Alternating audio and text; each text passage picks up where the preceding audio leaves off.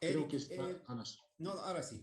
Eric, hablemos un poco de cómo fue esto. ¿Qué pasaba en Bolivia en 1917? En Bolivia ya existía izquierda, había marxistas, había seguidores de los bolcheviques, o Bolivia era una isla bastante, una isla en medio de la política internacional.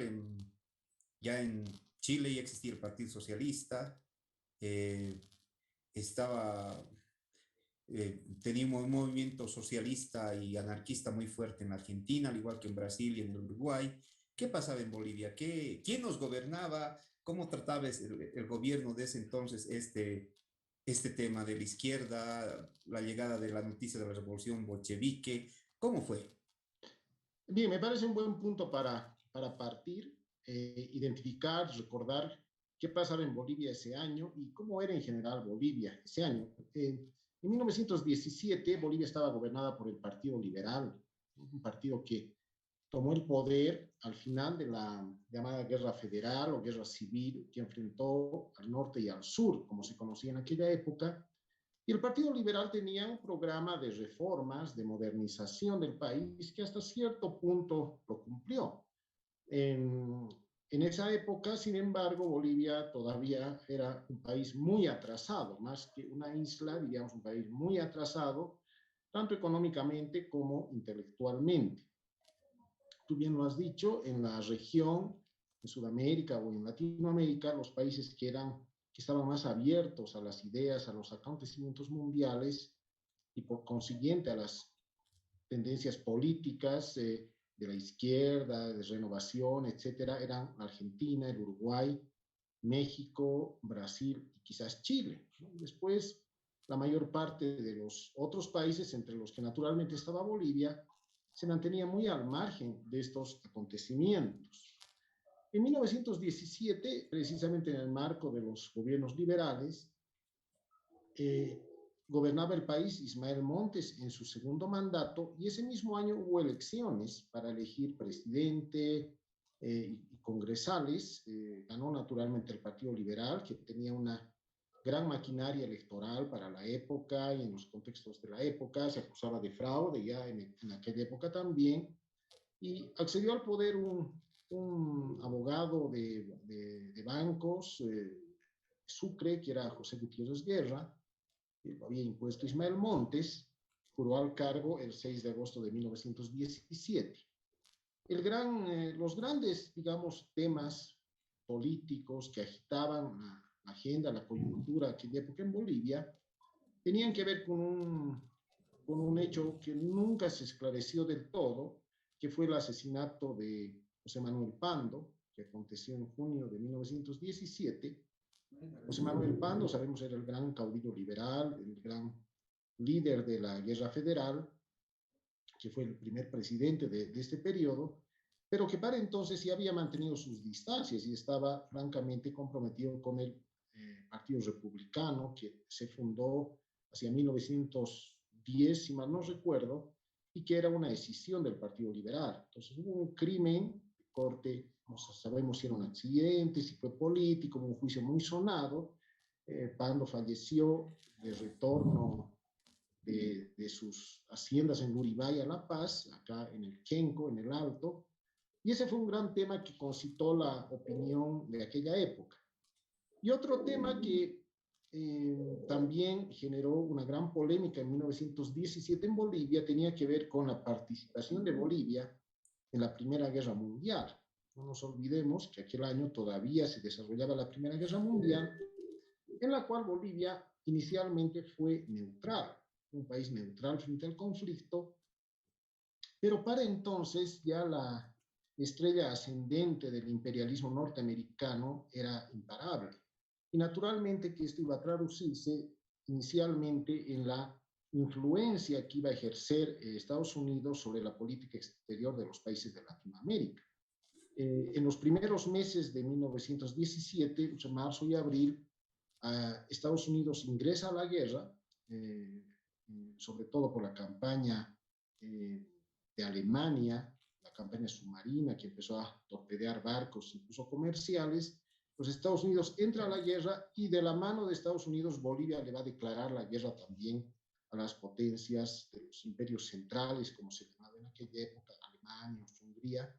Pero claro, fue más una declaración, digamos, un poco retórica, ¿no? Tampoco teníamos una capacidad militar de desplazar contingentes a Europa, donde se estaban desarrollando los conflictos. Entonces, creo que en 1917, respondiendo a tu pregunta, estos son los grandes temas y naturalmente las elecciones en las que va a ganar una vez más el Partido Liberal, que van a concitar la atención en la política boliviana. Ahora bien, 1917 fue un año muy intenso en Rusia, para responder la última parte de tu pregunta, porque comienza con la Revolución de Febrero, y no digo que concluye, pero cierra esa etapa con la Revolución de Octubre. Lo que he podido ver revisando periódicos de la época, y no me ha dejado de llamar la atención, es que en los periódicos bolivianos se tenía una información bastante fluida, yo diría inclusive bastante próxima de los acontecimientos que pasaban en Rusia. Decía que no me ha llamado la atención porque estamos hablando de hace más de 100 años, donde no había naturalmente los medios de comunicación de los que hoy goza el mundo, pero, y tú eres periodista, seguramente me vas a ilustrar, obviamente ya había el telégrafo y seguramente el telégrafo submarino, y eso permitía que las noticias de Rusia llegaban con un retraso de 2 días o 3 días, lo cual es casi nada, digamos, para la época. O sea, había mucha información muy reciente y no solo eran cables muy cortos, sino que habían bastante detalle, aunque a veces alguna mala información que me temo se originaba también en algún interés de agencias noticiosas de Occidente, particularmente de Inglaterra. Eso es lo que podría decir en esta primera parte, Pavel. Eric, revisando la prensa de esa época y aprovecho para presentar tu ensayo, que es la influencia de la Revolución Rusa en Bolivia, que también la pueden adquirir en la librería subterránea. Leyendo, revisando un poco, no se da mucha importancia de la revolución en los grandes periódicos, el Diario, La Razón, no La Razón actual, sino La Razón de Hochschild, donde prácticamente pasa desapercibido. ¿Cómo era el movimiento obrero? ¿Cómo era el movimiento revolucionario en Bolivia? ¿Ya había grupos de izquierda? ¿Eran grupos liberales? ¿Hay algún tipo de organización sindical? ¿Qué es lo que estaba pasando? Obviamente había una consolidación de la clase obrera, ya tenías un desarrollo grande de los mineros, pero ¿cómo era? ¿Ya estaban organizados? Sácanos de esa duda, por favor. Bien, en realidad era un movimiento, como dice Irma Lorini, que es una estudiosa del socialismo en Bolivia, era un movimiento muy incipiente, muy embrionario, ¿no? Esto porque también no vamos a decir que no había industria, hacia 1900 y años siguientes ya empieza a existir grandes fábricas textileras, naturalmente la gran minería, sobre todo de Patiño, ya está presente, y eso obviamente implica la presencia de un proletariado. No nos olvidemos también que desde fines del siglo XIX empiezan a tenderse líneas ferroviarias en Bolivia, sobre todo en Occidente, y eso va a generar naturalmente un proletariado ferroviario. Es decir, empieza ya a mostrarse la clase obrera de una manera física, pero su organización todavía es muy precaria y obviamente su formación política lo es más todavía, ¿no? Se podría decir, esto claramente se puede ver sobre todo en la monumental obra de Lora, de la historia que para la época los grupos que más se acercan a las ideas socialistas vienen de sectores, digamos, más artesanales o de la industria gráfica, de sectores intelectuales. Pero hacia 1917, Pavel, esto está todavía en ciernes, ¿no? Otros países, como en Argentina, como hemos dicho, Uruguay, ya había una idea más clara de lo que era el socialismo. Por eso es que inicialmente cuando la revolución rusa se consuma y se conoce en Bolivia, que eso ha sido inmediatamente, como lo he dicho, no ha requerido que madure años, ha sido a los 2 o 3 días que ya se supo que hubo una revolución en febrero primero y en octubre después en Rusia. Sin embargo, las repercusiones no son muy inmediatas. De ahí que creo que la opinión de algunos historiadores bolivianos, concretamente, y eso lo digo también en mi ensayo, de Roberto Querejasu en su libro Yayagua, y en un reciente artículo de la época de hace 3 años de Lupe Cajías, que dicen que después de la Revolución Rusa hubo grandes movimientos obreros que influenciaron, incluso citan la masacre de Uncía, etcétera. Me parece que es un poco excesivo o entusiasmarse muy pronto. En realidad, la influencia de la Revolución Rusa, por lo que he estudiado y por lo que se sabe, no ha sido inmediata en Bolivia, ¿no? Ha habido influencia, como vamos a ver, pero no ha sido como fue en Europa. Por ejemplo, en Italia o en España, la influencia ha sido casi inmediata, ¿no? Hubo un gran entusiasmo en sectores obreros en Italia, en Francia, en España. Hubo grandes desórdenes, huelgas. En Alemania, ni qué decir, estaba prácticamente en las puertas de la revolución al año siguiente. Pero eso es Europa, ¿no? En América Latina y en particular en Bolivia, la recepción de la noticia de la Revolución Rusa no tuvo un impacto inmediato. En las clases dominantes tampoco. En las clases dominantes tampoco. Por ejemplo, en los discursos, mensajes del presidente mismo Montes el 6 de agosto de 1917 y los discursos siguientes de José Luis Gutiérrez Guerra el año 1918 y 1919, cuando abordan el problema internacional, se limitan a hablar de la Primera Guerra Mundial, de la caída de Alemania, que parece fue la gran noticia en aquellos años, al año siguiente, y naturalmente del Tratado de Versalles, que se firmó en 1919, y la Constitución de la Sociedad de Naciones, donde Bolivia fue país fundador. Entonces, esos aspectos de la política internacional sí se mencionan, pero la Revolución Rusa no se menciona, ¿no? Alcides Arguedas, que sabemos quién es, en su prólogo de la historia general de Bolivia, que se interrumpe en 1921, dice que él ha sido testigo del más grande evento histórico de los últimos tiempos, pero cuando uno piensa que es la revolución, dice que es la caída del imperio de los Hohenzollern al final de la Primera Guerra Mundial en Alemania. Y la revolución rusa él no, ni siquiera lo puede palpar, ¿no? Es entonces, en el lado de, digamos, de las clases dominantes que eran ilustradas, que estaban más actualizadas con las noticias, tampoco he visto que haya una percepción de lo que inicialmente significó la Revolución Rusa.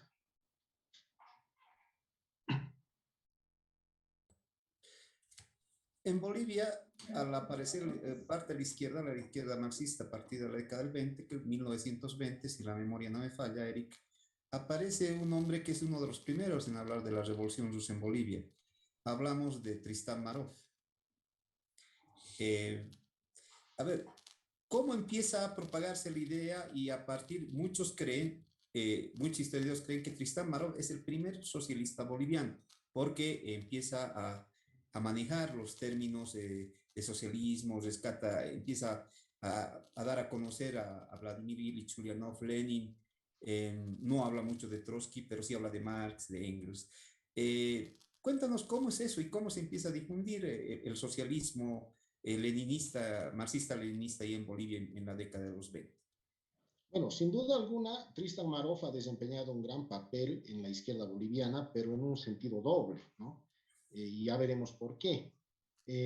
Tristán Maroff fue una gran figura del socialismo latinoamericano, sobre todo porque tuvo no sé si decir la suerte, porque también ese factor cuenta, de haber estado en Europa durante la década del 20.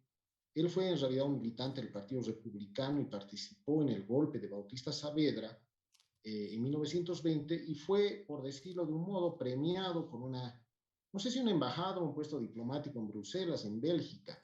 Y a partir de ahí se quedó durante mucho tiempo en Europa y tuvo contactos con lo más granado, digamos, de la izquierda latinoamericana. Conoció a Mariátegui, Yaya de la Torre, etcétera, ¿no? Y se vinculó con algunos movimientos que agitaban el mundo y que se conocían en Europa de primera mano. Pero como hay muchos estudios sobre Maroff, ¿no? Últimamente hay un último que ha sacado Luis Tapia. Tenemos naturalmente el excelente estudio que aparece en la historia del movimiento obrero también de Guillermo Lora. Hay otro que ha realizado recién Shelkov, que es un investigador ruso, donde el papel de Maroff, como te digo, es bastante ambivalente.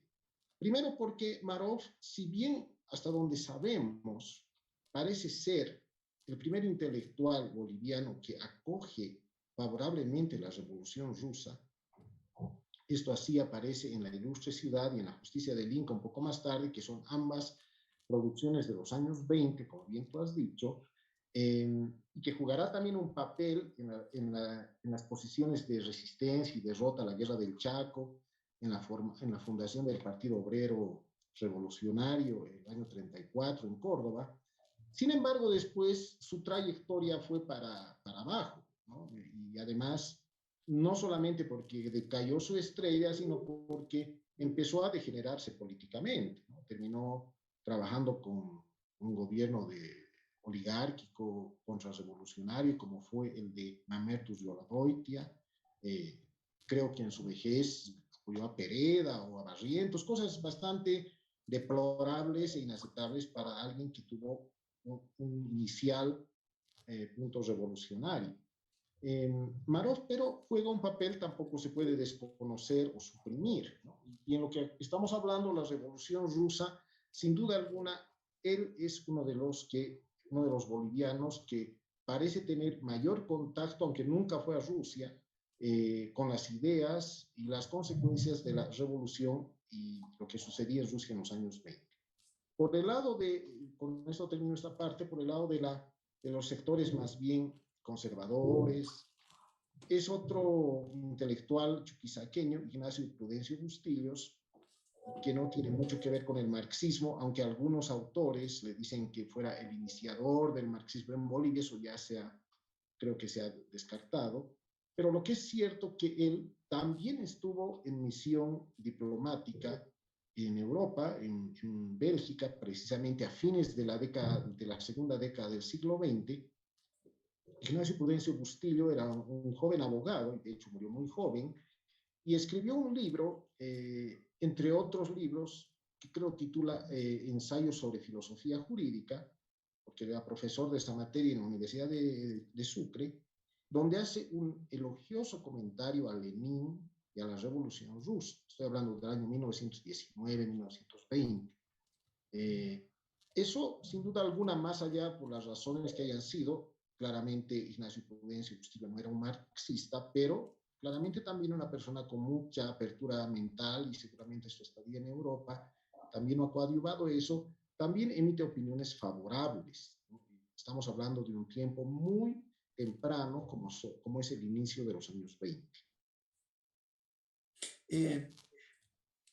En Chile se da un proceso rápido, acelerado, digamos, de bolchevización, si quieres. Luis Emilio Recabarren, una figura fundamental para el marxismo en Latinoamérica. Es más, el Partido Comunista acaba de cumplir sus 100 años de existencia en 1916.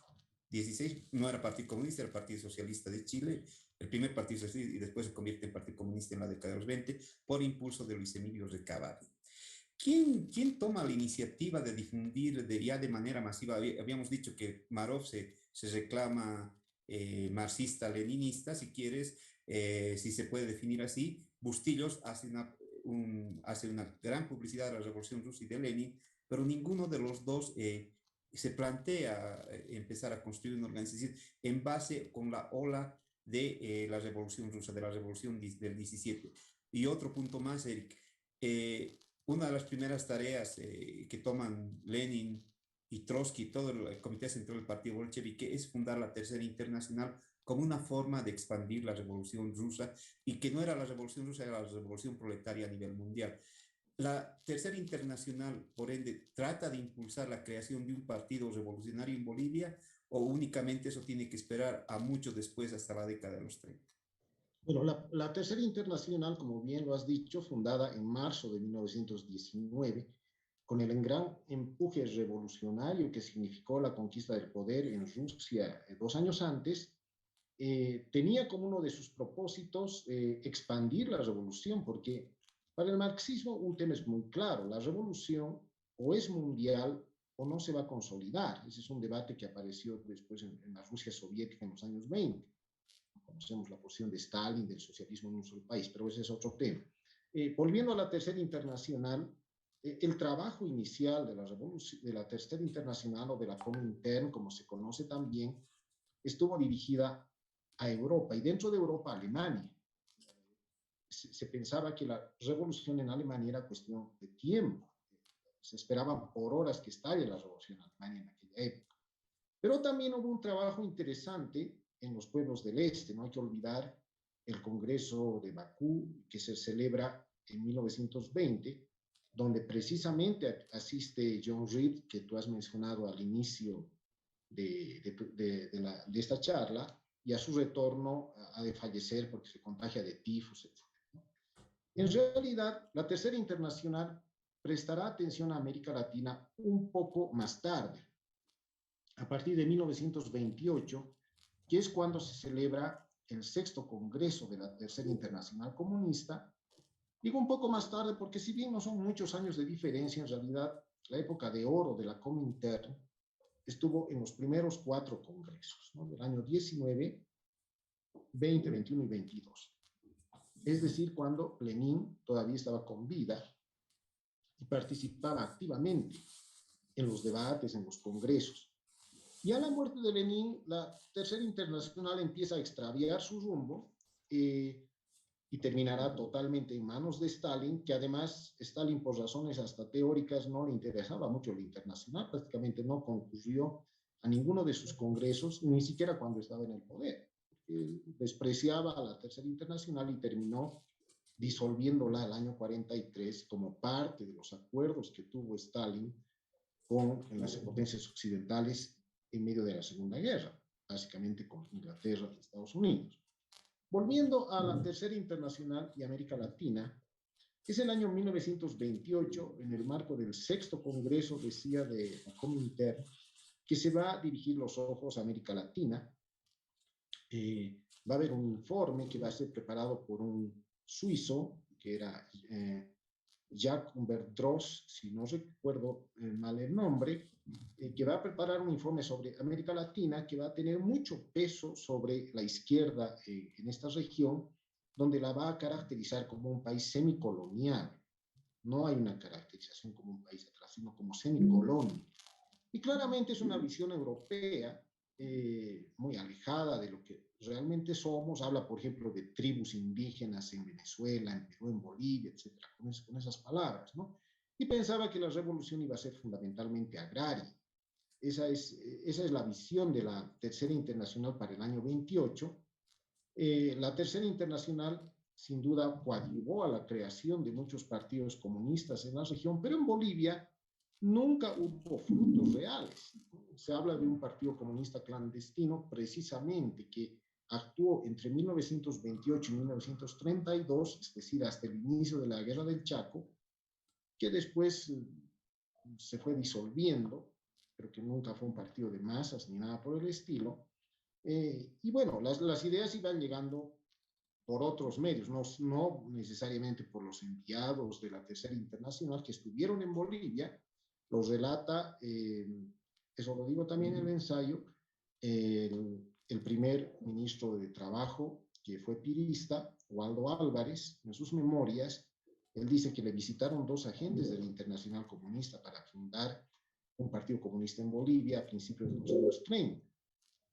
Básicamente porque era una visión muy estalinista, muy burocrática, ¿no? La organización de una organización comunista desde arriba, no que nazca, digamos, de las masas, de su vanguardia, etc. Entonces, la Tercera Internacional naturalmente puso sus ojos en América Latina y por ende en Bolivia, pero sus frutos fueron por demás magros, por decirlo generosamente.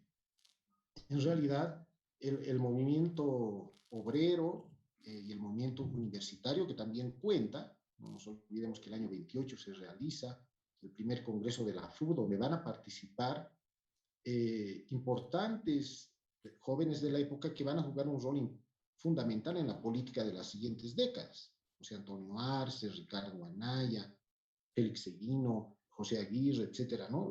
Esa juventud, esa generación, ya va a ser una generación que va a estar, que va a absorber las ideas del marxismo naturalmente de la Revolución Rusa. Para entonces ya habían pasado 10 años de la Revolución Rusa. Hay un dato interesante que se encuentra también en el libro de Sandor Young y naturalmente en la historia del movimiento obrero, que tiene que ver con la publicación que era de la época, una publicación que se llamaba Bandera Roja, donde en 1927, que fue el año en que Trotsky es expulsado del Partido Comunista, donde ellos muestran que, debo confesar que no he leído yo el original de Bandera Roja, eso debo decirlo, un tema de honestidad, por eso me estoy basando en fuentes secundarias, donde dice un ejemplar de Bandera Roja que esas peleas entre Stalin y Trotsky parecen ser un invento de las potencias capitalistas, etc. Es decir, parece que para la época no se tenía. Era una mentira, en la Bandera Roja dice que era una mentira. Sí, sí, era una mentira, era una confabulación.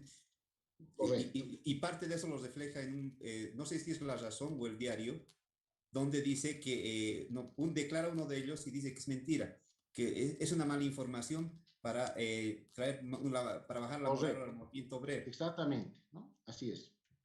Entonces, ese es, digamos, el panorama 10 años después de la revolución, ya en Bolivia naturalmente, ya no es lo mismo que en 1917, ya el movimiento obrero está más organizado, ya ha pasado la experiencia de la masacre de Uncía, como he dicho, el movimiento universitario también está organizado, ya conoce otras tendencias, y entre el año 28 y el año 32 van a pasar algunos acontecimientos, en particular la llegada de Salamanca al poder va a significar, previa a la Guerra del Chaco, la aprobación de una ley de defensa social, si no recuerdo, que fue promovida el año 31, antes del estallido de la Guerra del Chaco, en la que Salamanca lo decía expresamente, esta ley era para combatir al comunismo, que era considerado un peligro.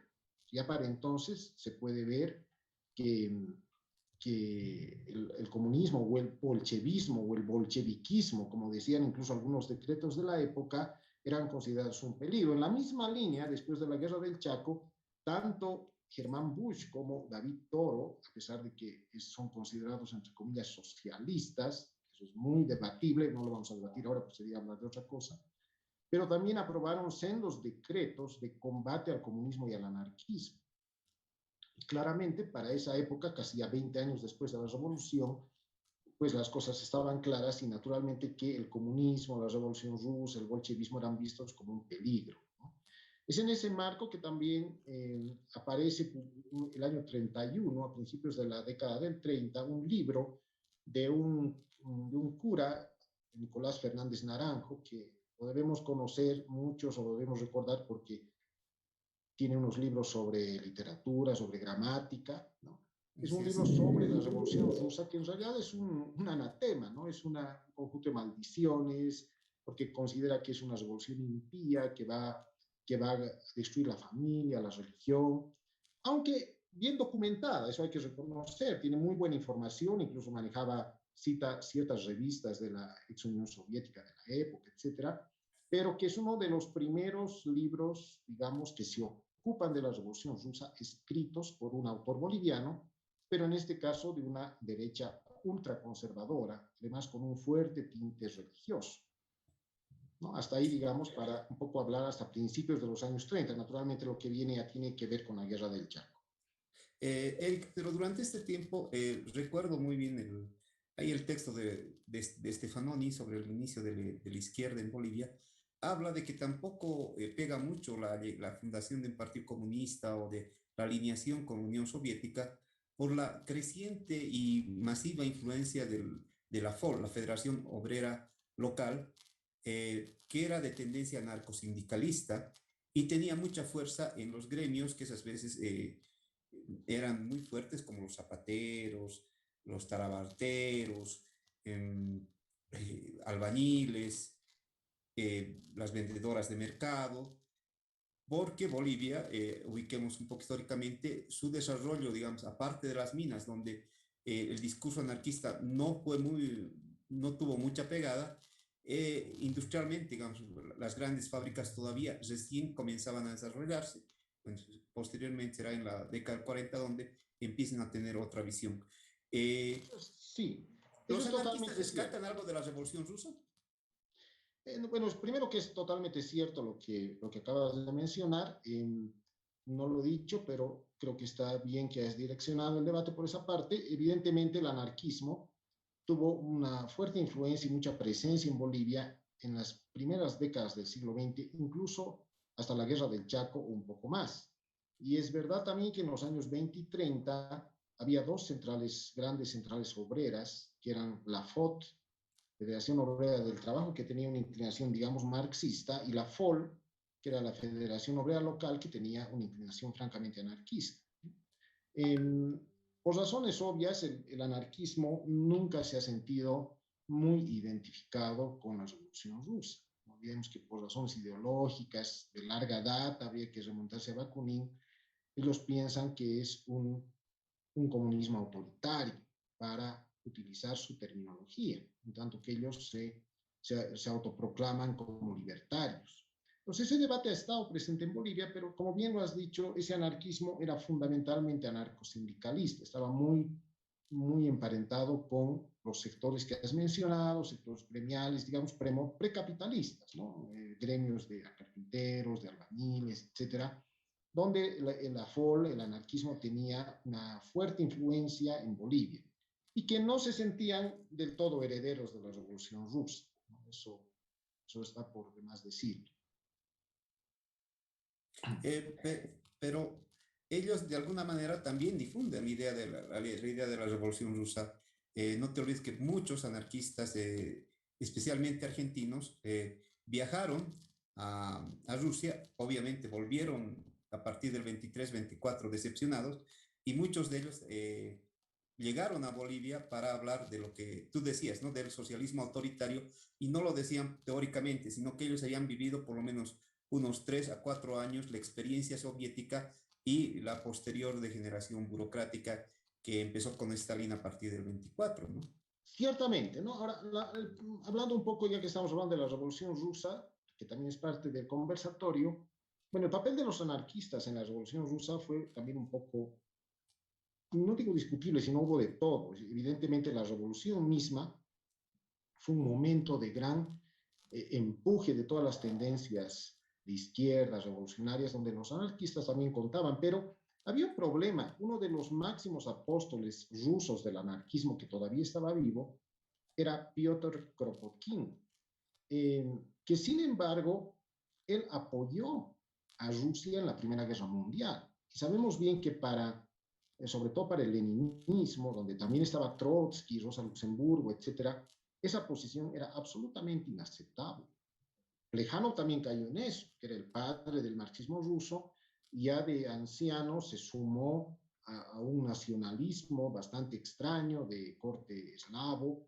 Kropotkin lo mismo, también era una persona de bastante edad. Sin embargo, antes de su muerte, no sé si fallece en 1920 o 21, Lenin lo visita a Kropotkin en su casa, y porque era un personaje de la izquierda, indudablemente, y le dice que el Estado iba a publicar todas sus obras completas. Y Kropotkin le agradece la visita, pero le rechaza porque, como un buen anarquista, no quería que el Estado financie la publicación de sus obras, ¿no?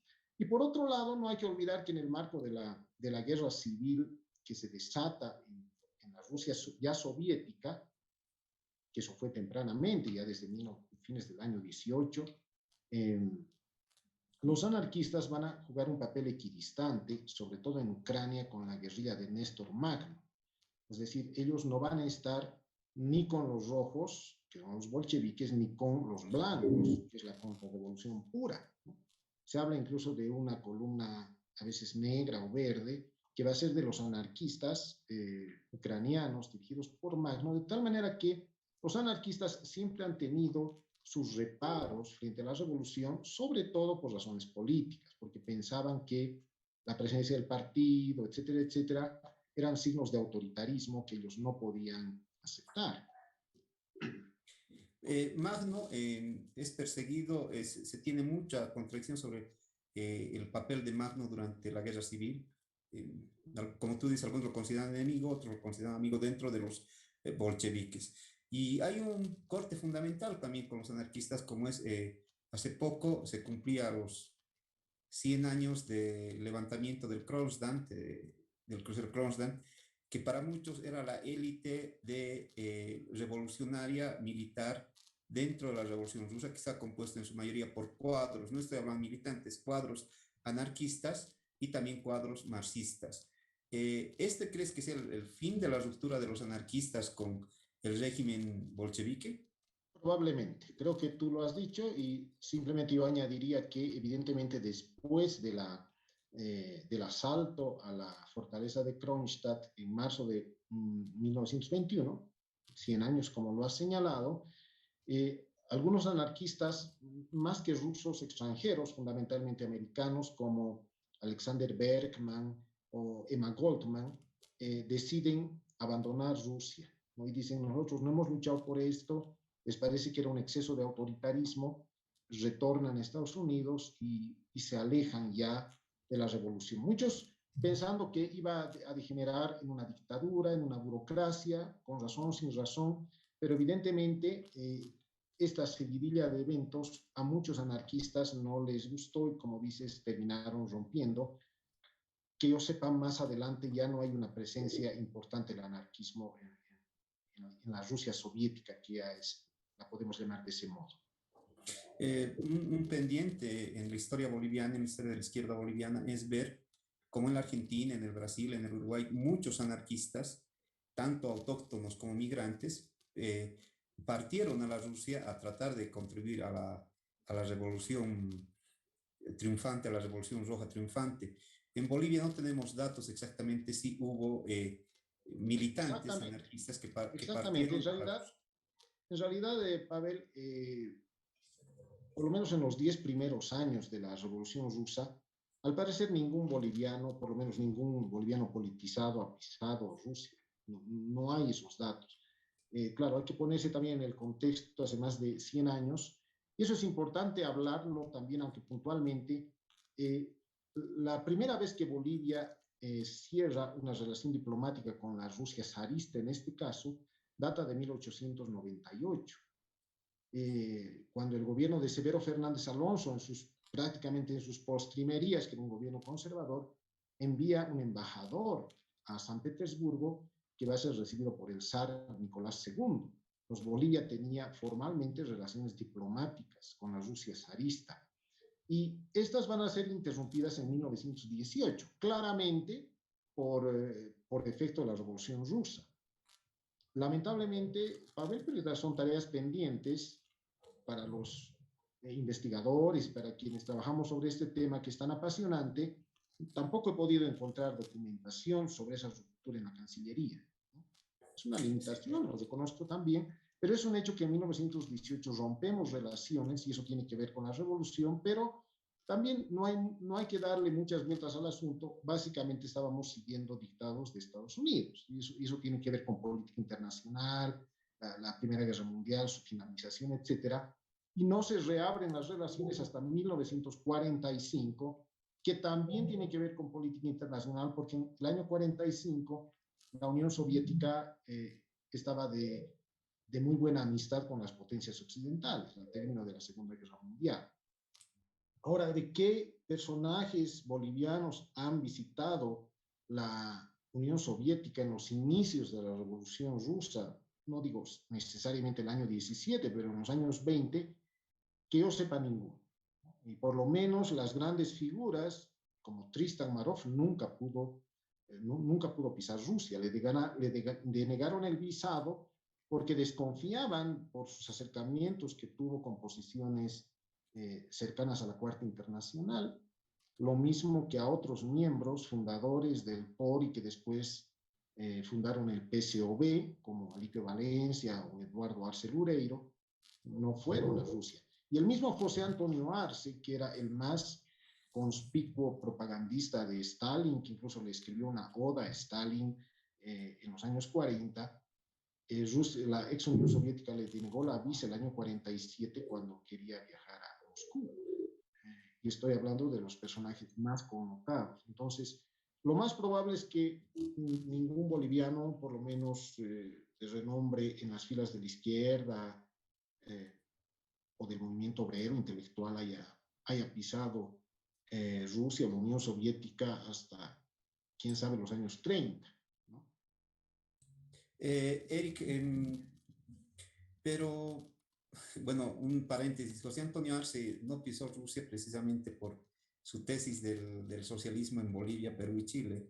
Y según dicen, falta corroborar que no le dieron visa por orden directa de Stalin, con paradojas de la vida. Probablemente.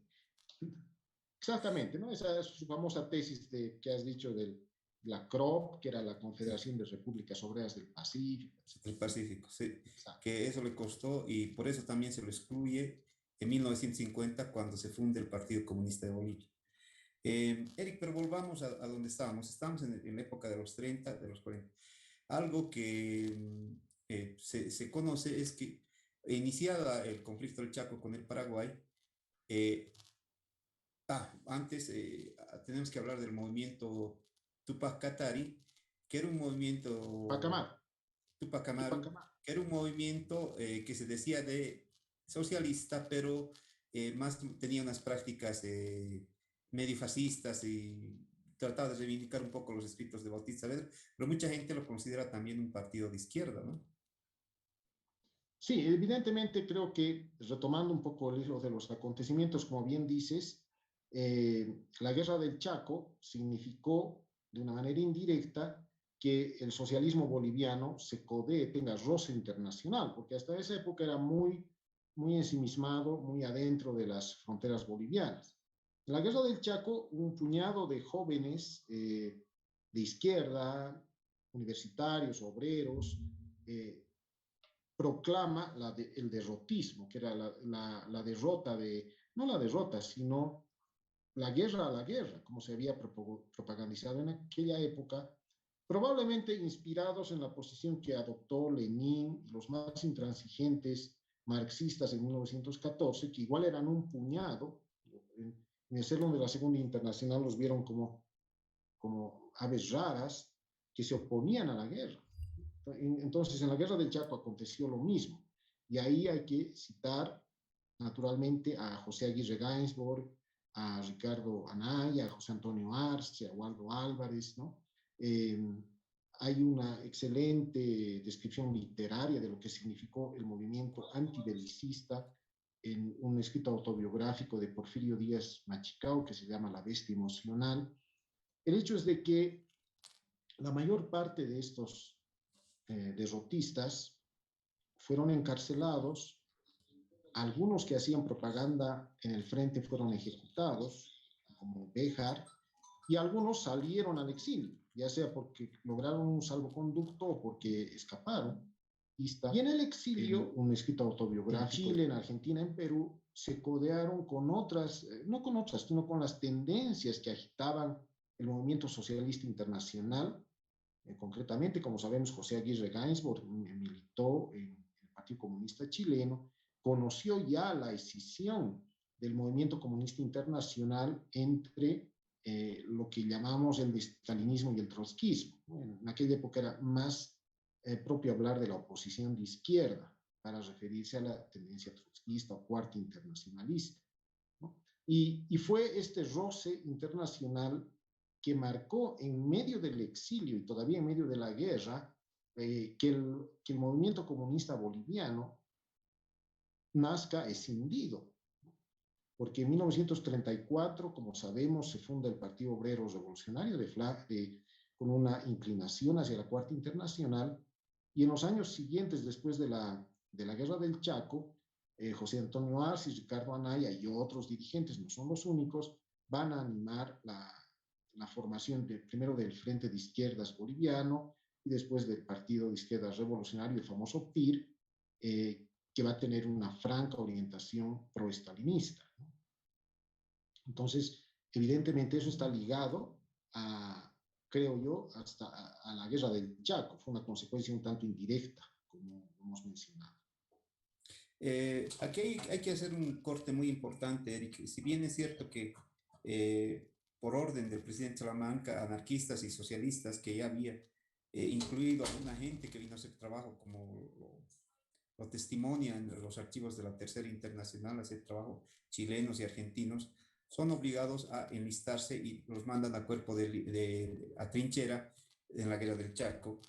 Al terminar, al concluir la guerra, tú destacas la fundación del POR, al concluir la guerra ocurre un hecho que definiría la revolución mundial, que muchos sostenemos que era, si se vencía, el socialismo se imponía en el mundo, y dos,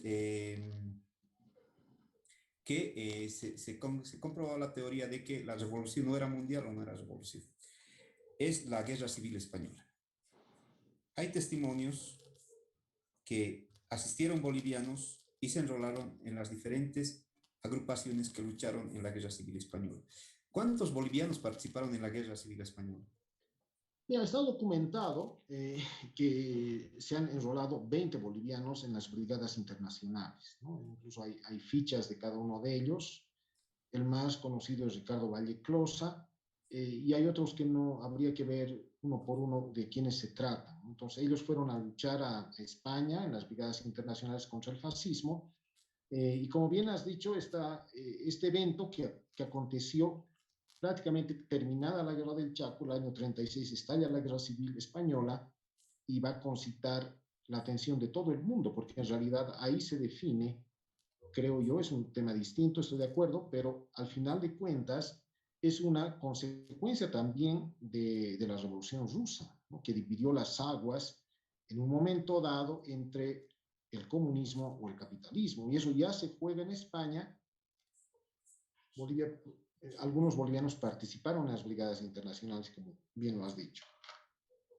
Eh, Aparece el trotskismo en Bolivia, pero también aparece el PIR, que era Sí. claro, un partido, alguien lo definió como el partido más estalinista de Latinoamérica, pero nunca se reclamó como tal. Ciertamente, es algo muy curioso que tiene que ver tal vez más con la personalidad de sus dos grandes animadores, que eran José Antonio Arce y Ricardo Anaya.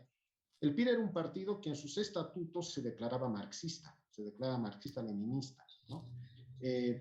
Pero nunca llegó a ser la sección boliviana de la Tercera Internacional, que era lo más obvio que podía haber sucedido. Como dices, era un estalinismo de cuerpo entero, que seguía ciegamente los dictados de Stalin y que también practicaba el culto a la personalidad, etcétera, pero por las razones que hemos mencionado, pues el PIR nunca se constituyó en un partido de la Tercera Internacional, al extremo que su mayor dirigente, que era José Antonio Arce, ni siquiera pudo ser admitido con una visa de ingreso a la ex Unión Soviética. Naturalmente que en medio de esto está el deplorable papel que jugó el PIR en el colgamiento de Villarruel, donde claramente jugó como un furgón de cola de la rosca. Naturalmente que en medio de esto está, no sé, un poco de confusión mental, política, etcétera. En el marco de la Segunda Guerra Mundial pensaba que Villarruel estaba alineado con los nazis. Bueno, también es otro tema, pero tiene que ver con lo que estamos hablando, porque al final de cuentas estamos hablando de un partido que se declaraba a sí mismo como un partido marxista. Claro, lo de Villarruel lo justificaron con que era un frente antifascista que había instruido, ya no había Tercera Internacional, el Cominter, el Cominfor, indicando que los partidos revolucionarios tenían que hacer causa común con aquellos partidos que estaban luchando contra el fascismo, contra el eje del mal, pero se olvidaban que en una de las más desastrosas maniobras diplomáticas, Stalin había pactado con Hitler en el acuerdo Ribbentrop-Molotov, donde impedía apoyar a los revolucionarios. Ahora estamos hablando de partidos comunistas muy, muy fuertes, desde el alemán al austriaco, al checoslovaco, que fue aplastado por la invasión nazi. Ellos cortaron todo apoyo, toda relación a la resistencia de los famosos partisanos en todos los países. Es más, se sostiene, y hay en los archivos en Rusia, que ellos pasaron los nombres de la gente que eran los cabecillas de los aparatos militares en todos esos países donde habían caído bajo la bota nazi. El PIR lo justificó así. No te olvides que, no, digo, recordemos que gran parte de la artillería del PIR era defenestrar primeramente a Tristán Marov como cabeza del POR y posteriormente a José Aguirre Gainsbourg, ¿no? Correcto, ¿no? Evidentemente, aunque Gainsbourg murió tempranamente, como sabemos, en octubre del año 38, cuando días antes había roto con Marov y su camarilla, ¿no? Pero evidentemente a Marov tampoco le perdonaron su acercamiento, aunque fugaz, a la Cuarta Internacional, y por eso es que el estalinismo también lo veía como un enemigo, ¿no? Sí, en este tiempo ya vamos a estar una hora de diálogo. ¿Tú Sí. qué conclusión sacarías de la presencia en estos primeros años del marxismo en Bolivia? Vale decir, hagamos un corte aquí, en Ujú. 1946, y te explico por qué el corte. Porque en 1946 se aprueba la tesis de Pulacayo, documento fundamental, tal vez el primer documento abiertamente marxista-leninista, con ejes tomados de la Revolución Rusa, que hace un parteaguas en la historia política boliviana y tal vez hasta latinoamericana, porque creo que es el primer manifiesto abiertamente marxista que empieza a hablar de temas como la dictadura proletaria, el control obrero de los medios de comunicación, de los medios de producción, perdón, y ¿cuánto contribuyó la izquierda, cuánto contribuyó la Revolución Rusa a pesar del atraso, a empezar a difundir las ideas revolucionarias en Bolivia hasta 1946? Bueno, claramente el marxismo en Bolivia, el movimiento obrero, etcétera, han conocido y han bebido de la experiencia de la Revolución Rusa, pero lo cierto es también que aquí se ha forjado una propia historia, ¿no? Es decir, eh, con las huelgas mineras, con las masacres mineras, etcétera, porque la verdad es que, como hemos señalado en el curso de esta hora, la Tercera Internacional nunca pudo hacer nada efectivo en Bolivia. Paró un partido diminuto, un grupúsculo que no tuvo ninguna inserción en las masas, ¿no? Entonces, eso es bueno y malo, porque claro, no hemos tenido la tradición de otros grandes partidos comunistas como el chileno, el argentino, el mexicano, pero también Bolivia y el movimiento obrero y el marxismo boliviano han forjado a su modo su propia historia. Eh, los partidos que más se han reclamado herederos de la Revolución Rusa fueron el POR y el PIR, cada uno a su turno y siguiendo sus razones, sus motivaciones y sus inclinaciones. Después han ido mostrando sus distancias otras expresiones de la izquierda más recientes. En este marco, ya estamos un poquito al límite, en el ensayo también hay una referencia a trabajos de reflexión sobre la Revolución Rusa de autores bolivianos. Antes, Sí. quiero hacerte una pregunta específica sobre este tema. Veamos, y creo que alguna vez lo comenté, hay un señor, Alberto Ferrer, que en 1941 es designado, Rusia todavía no estaba en guerra con Alemania, había sido designado, él fue secretario general del Partido Comunista Español en Madrid y fue encargado por el Cominter, por el Cominfor, encargado de, imagínate este dato, Eric, de venir a hacer actividad política a tres países le dan la tarea: México, Bolivia y la India. Tenía que ser trabajo político. El señor llega a México y desaparece. Se presume que se fue a vivir a los Estados Unidos y nunca aceptó la tarea de venir a crear partido a Bolivia o a la India. Eric, hablamos un poco de que en el 2017 se lanzó una convocatoria sobre precisamente este tema, la influencia de la Revolución Rusa en Bolivia.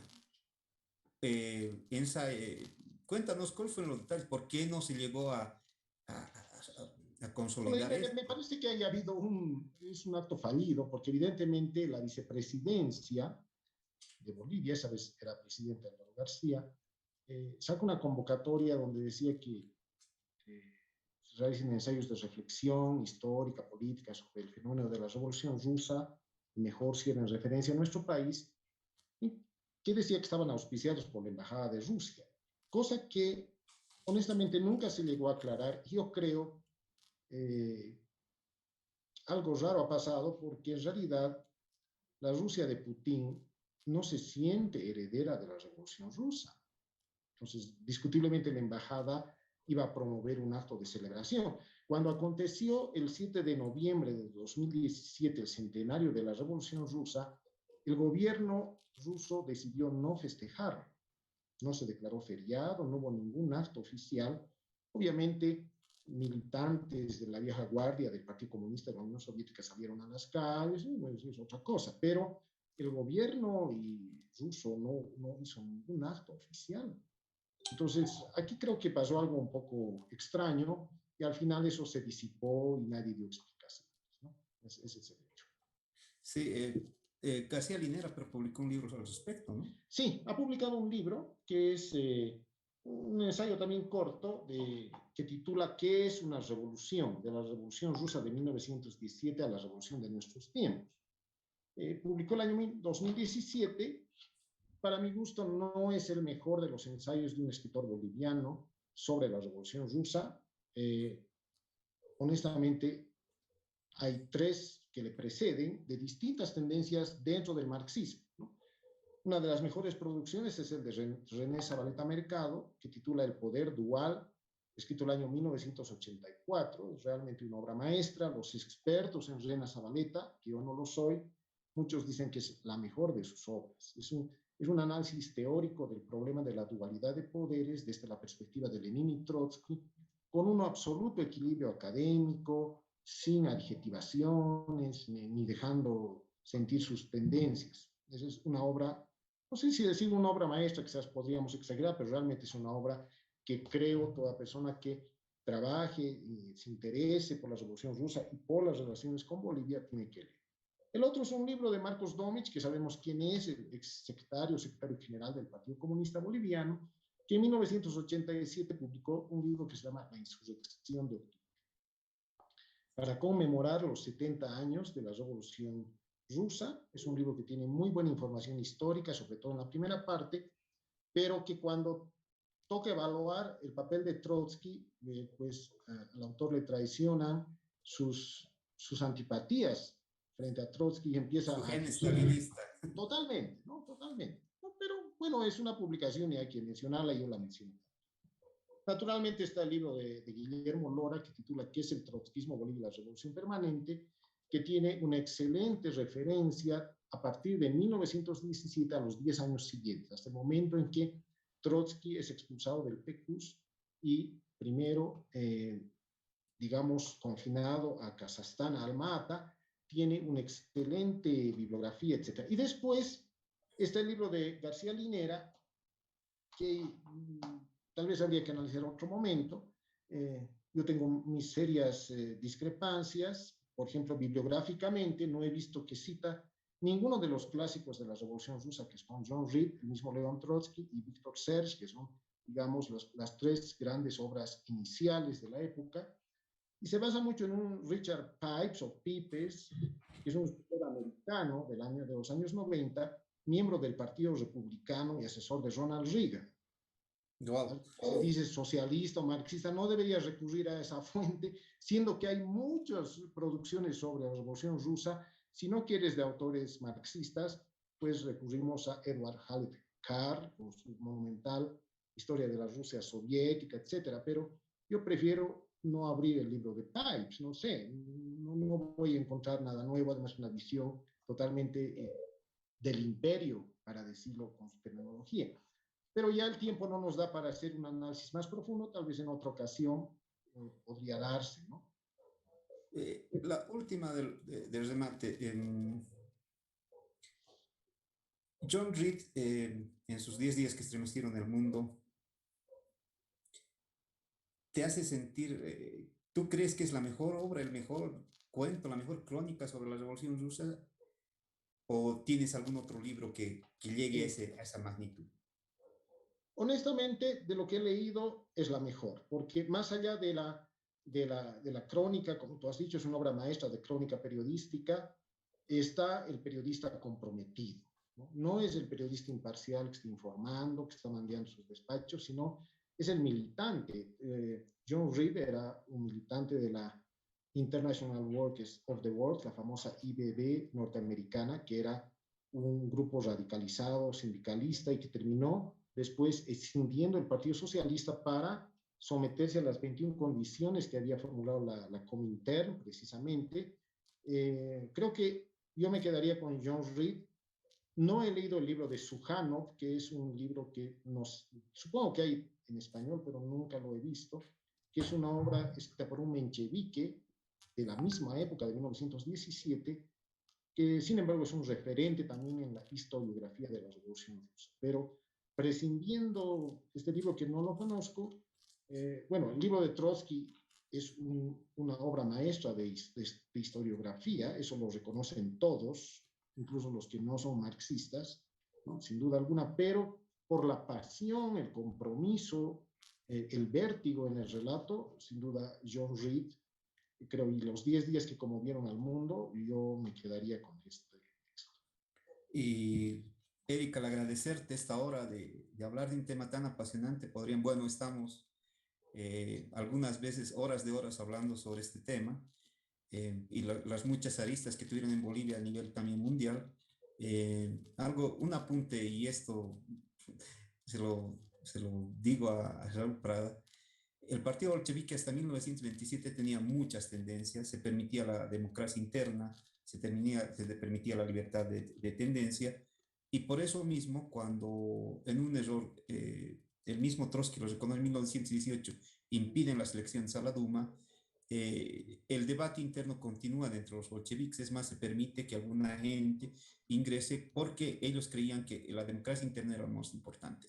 Lamentablemente Stalin acaba con todo esto y copia o en términos actuales fotocopia su modelo de partido hacia todos los partidos que lo siguen y lamentablemente el stalinismo, que es, yo creo que tenemos que tener otro debate sobre eso, el stalinismo contagia, crea una pandemia dentro del pensamiento de la izquierda que ahora lo vivimos con lo que denominado, con el mal denominado socialismo del siglo XXI, que no es otra cosa que una caricatura de stalinismo. Eric, te agradezco. Esta hora ha sido muy nutritiva en términos políticos y en términos históricos y espero pues tenerte a la disposición para hablar de otros temas tan importantes como este. Gracias a ustedes, Pavel, a César y a ti por haberme invitado y un afectuoso saludo a toda la audiencia que comparte estos conversatorios. Espero haber satisfecho alguna expectativa que pudo haber suscitado este tema tan controversial siempre y tan actual siempre. Estoy a la disposición, Pavel, en otro momento podemos siempre participar y compartir estas horas de conversatorio. Muchas gracias. Buenas noches, Eric. Y recordarles que Librería Subterránea tiene, hablando del tema, el libro de Les Brian, seis meses rojos en Rusia, que en la contratapa tiene una simpática foto de su esposo con ella, John Reed. Y como les digo, mientras John Reed hablaba del tema político de una manera apasionada, una crónica política de la Revolución Rusa, ella nos cuenta el cotidiano de lo que quería esa Rusia, de los nacientes soviets. Y también recordarles que este conversatorio ha tenido como base el ensayo de Eric San Miguel, Influencia de la Revolución Rusa en Bolivia.